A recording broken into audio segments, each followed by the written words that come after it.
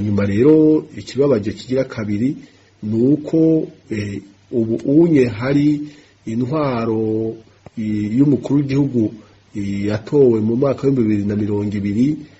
aguma yerekana yuko ariko arasubiza ibintu mu buryo, aguma yerekana yuko ariko arahama abagira ibiturire canke abakora amakosa atandukanye, ata kintu na kimwe twigira tubona avuga ku vyerekeye ubwo bwicanyi hamwe n'ubwicanyi bwakurikiye, kuko ubwicanyi buriko buraba uno munsi bufata imizi kuri ubwo bwabaye ico gihe, kuko mu kiringo abo bakoze ubwo bwicanyi muri 2015 batahanywe ngo bakurikiranwe, mbere banashaka bamwe mubo abantu bashoboye kudoma ku rutoki bakaba bahavuye bashingwa amabanga akomeye mu gihugu, byatumye rero b'impigi abo bicanyi ku buryo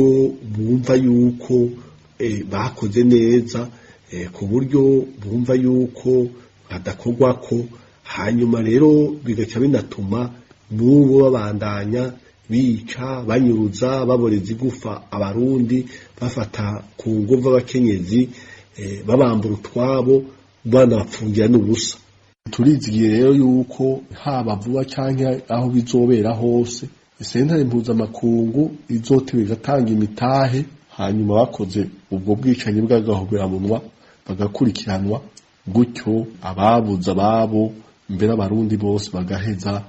bakiruhutsa, bagaheza bagashumbushwa, bagaheza